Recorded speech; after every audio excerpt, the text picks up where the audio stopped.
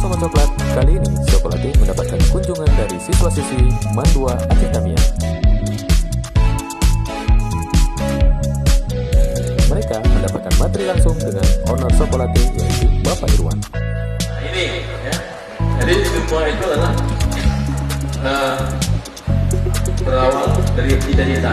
Tanpa cita-cita tidak ada, tanpa harapan tidak ada proses. Jadi begini itu pendidikan saya, kalau pekerjaan saya memang. Para siswa dan siswi dari MAN 2 Aceh Tamiang juga berkesempatan untuk melihat proses pengolahan coklat Sokolati di pabriknya langsung loh. Mulai dari roasting atau sangrai, selanjutnya deseler atau pengelupas kulit ari kakao dengan daging kakao atau yang bisa disebut nib kakao. Proses pemasta untuk menghaluskan biji kakao yang dijadikan sebagai bahan baku dasar coklat siap olah.